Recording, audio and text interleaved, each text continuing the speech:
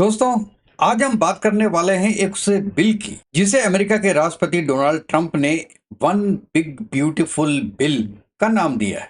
यह बिल अभी अभी अमेरिकी संसद में हाउस ऑफ रिप्रेजेंटेटिव्स में पास हुआ है और यह बिल अमेरिका की जो इकोनॉमी है और सामाजिक जो प्रेजेंस है और उनके इंटरनल प्लानिंग में बहुत बदलाव लेके आएगा। और ये पास भी कब हुआ है? 4 जुलाई को, जो कि अमेरिका का इंडिपेंडेंस डे है दोस्त। और अब वो गया है प्रेसिडेंट ट्रंप के पास साइन होने के लिए। इस वीडियो में हम ये जानेंगे कि इस बिल के अहम पॉइंट्स क्या क्या हैं, इसकी जो राजनीतिक पृष्ठभूमि है वो क्या है, और एलन मस्क जैसे बड़े लोग ने इस पे अपनी प्रतिक्रिया क्या दी है। वीडियो को अंत तक देखिएगा दोस्तों, क्योंकि ये आने वाले कुछ सालों के बाद जो अमेरिकन इलेक्शंस हैं उस पे और भारत और अमेरिका के संबंधों पे भी असर डाल सकता है दोस्त। तो पहले ये जानते हैं कि ये बिल आखिर है क्या। ये जो वन बिग ब्यूटीफुल बिल है, ये अमेरिका की हिस्ट्री का सबसे बड़ा डोमेस्टिक बिल बताया जा रहा है। इस बिल को मई के महीने में अमेरिकी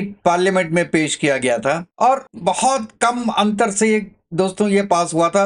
ये हाउस में 215 और 240 वोटों से ये पास हुआ था। फिर सीनेट में 51-50 से पास हुआ था, जिसमें ये जो उपराष्ट्रपति हैं जेडी वेंस, उनको अपना वोट देना पड़ा था। और ट्रंप ने कहा था कि 4 जुलाई तक ये बिल पास होगा और उन्होंने डेडलाइन दी थी और उनकी पार्टी ने उस डेडलाइन को पूरी तरीके से करके दिखाया। हाँ, 2 ऐसे रिपब्लिकन मिनिस्टर्स थे जो कि बाद में चेंज हो गए और उन्होंने उसके अगेंस्ट में वोट दिया, 2 रिप्रेजेंटेटिव्स, लेकिन फिर भी ये बिल पास हो गया दोस्त। और ये बिल पूरा टैक्स सिस्टम जो है यूएस का, उससे लेके उनकी हेल्थ केयर तक और इमिग्रेशन पॉलिसीज तक हर क्षेत्र में ये बदलाव करता है और ये एक सी चेंज होगा अमेरिकन पॉलिसीज में दोस्तों। तो अब हम देखते हैं कि इसकी हाइलाइट्स क्या हैं। इस बिल का जो सबसे ज्यादा फायदा दिखाया जा रहा है दोस्तों,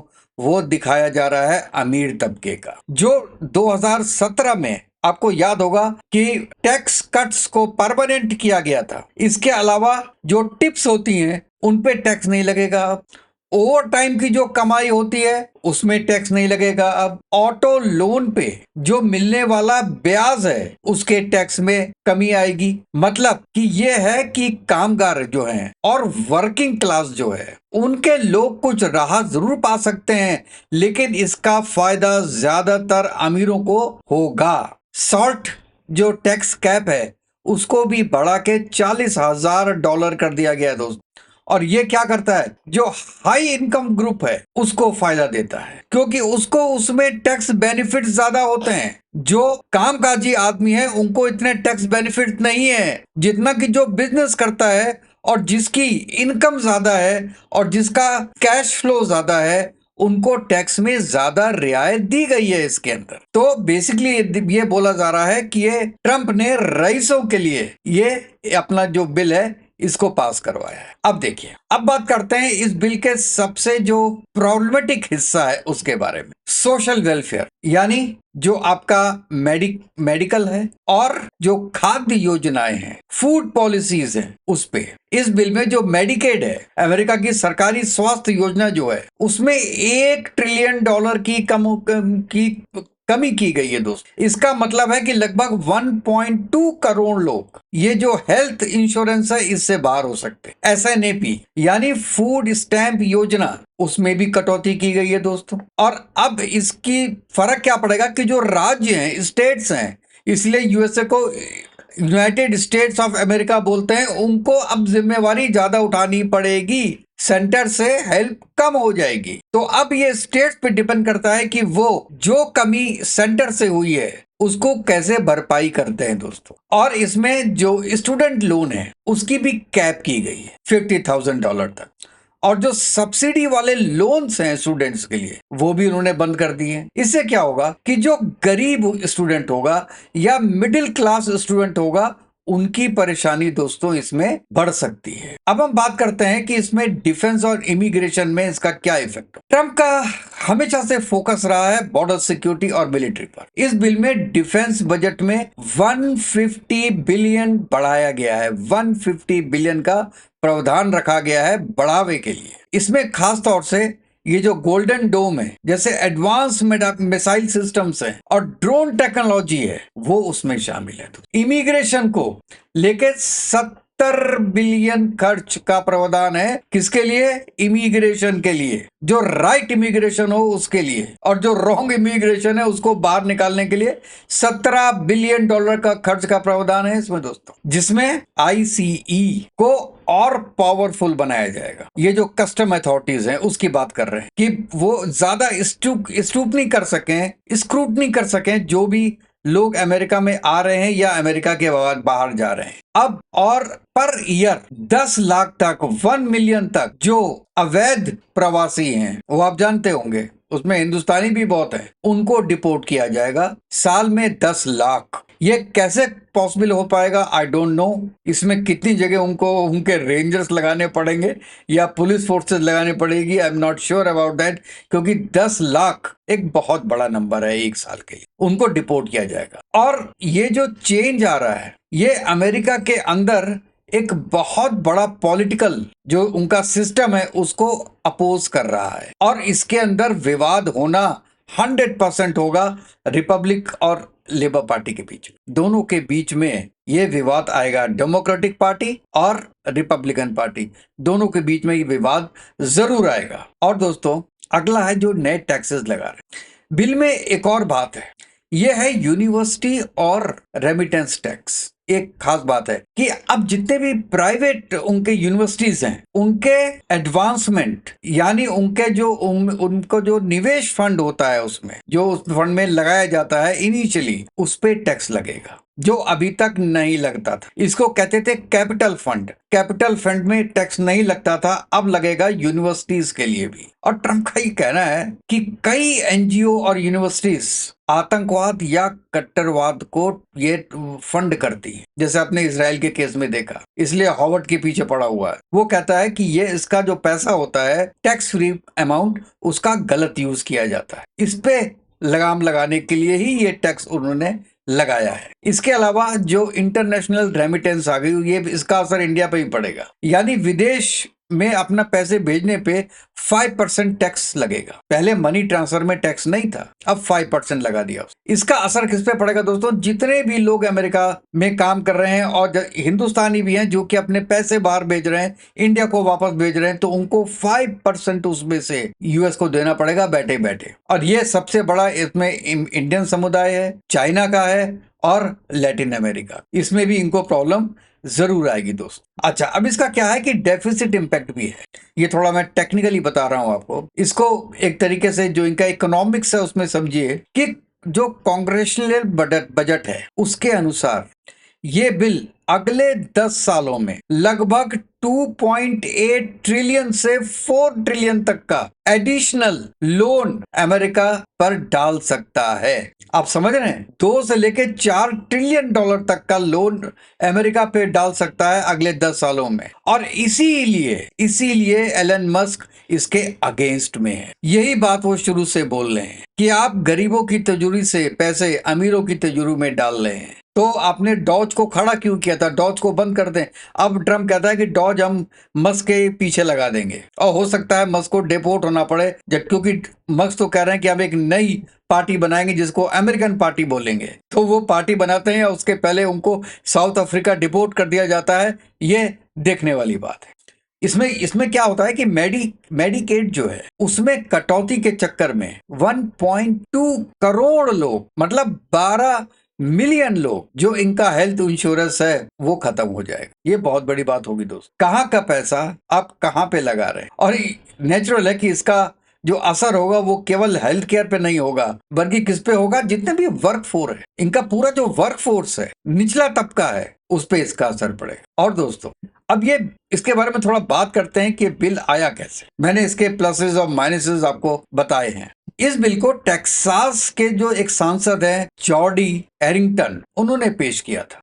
और इसे ट्रम्प बजट पैकेज का हिस्सा माना गया था, उसका नाम दिया गया था ट्रम्प बजट पैकेज। इसको मई के महीने में पेश किया गया था और फिर हाउस में बहुत ही करीबी वोटिंग के बाद इसको एक्चुअली मई में पास किया गया था। खास बात यह है कि इवन रिपब्लिकन पार्टी में भी इसका घोर विरोध हुआ था, लेकिन ट्रम्प है, उसकी जो ये फोर्स्ड पॉलिटिकल फॉर्म है उसकी पकड़ के चलते भाई साहब ये बिल पास हुआ, नहीं तो ये बिल पास होता नहीं। इवन सेनेट में जो वाइस प्रेसिडेंट हैं वेंस, उन्होंने टाई को तोड़ा था और तब ये बिल फाइनली पास हुआ है और अब प्रेसिडेंट के पास गया है साइन होने के लिए। इसमें क्या है दोस्तों, ये ट्रम्प इस बिल को अपनी सबसे बड़ी जीत बताते हैं। उनके मुताबिक ये बिल अमेरिका को फिर से मेक अमेरिका ग्रेट अगेन की तरफ सबसे बड़ा कदम, टैक्स कम करना, बॉर्डर को सील करना और आर्म्ड फोर्सेस को और स्ट्रॉन्ग करना। ये कहते हैं कि दीज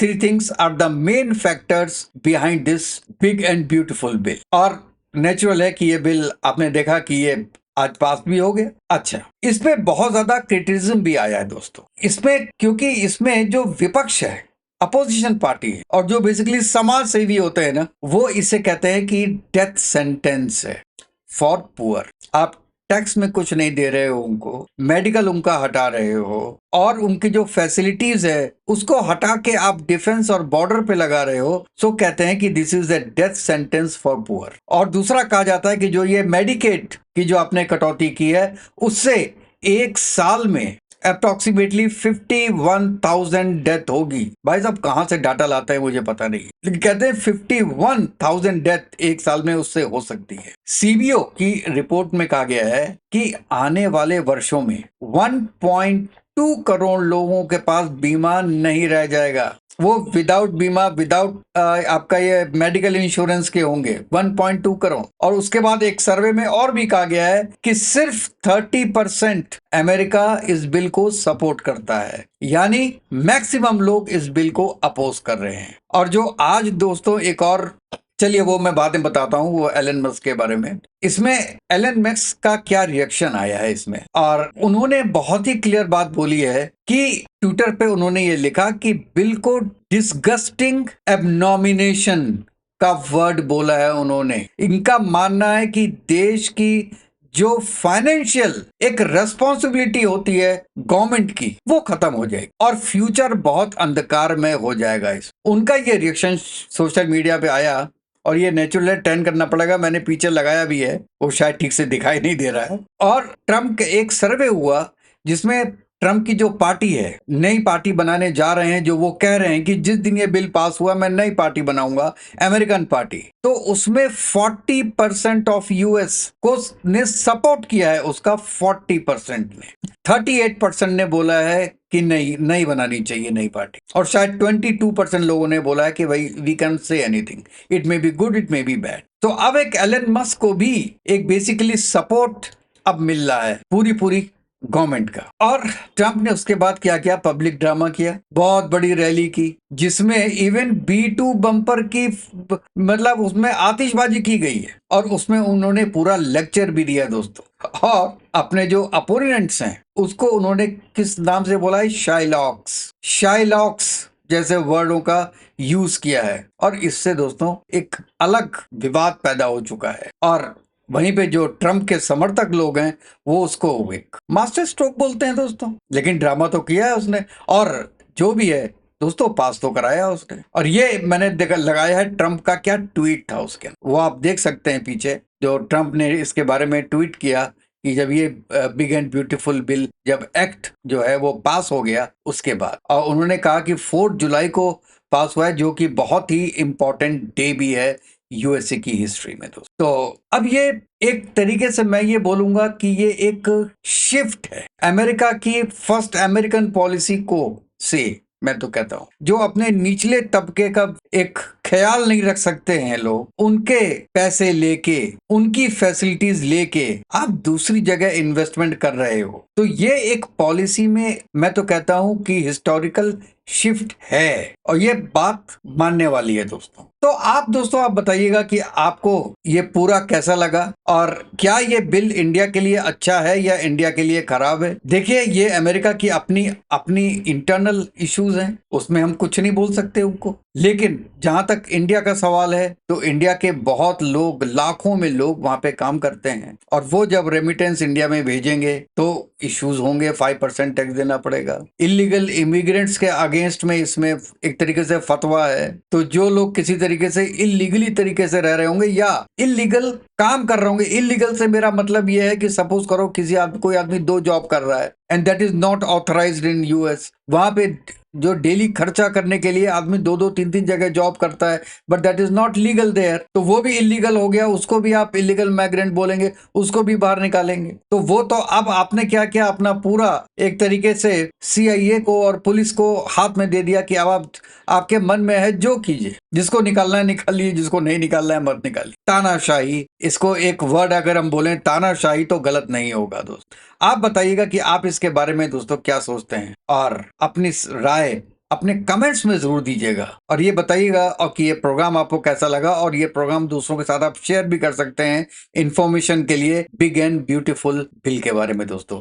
तो कल फिर एक नए वीडियो में मिलेंगे दोस्तों। तब तक के लिए जय हिंद, जय भारत, वंदे मातरम। खुश रहिए, स्वस्थ रहिए।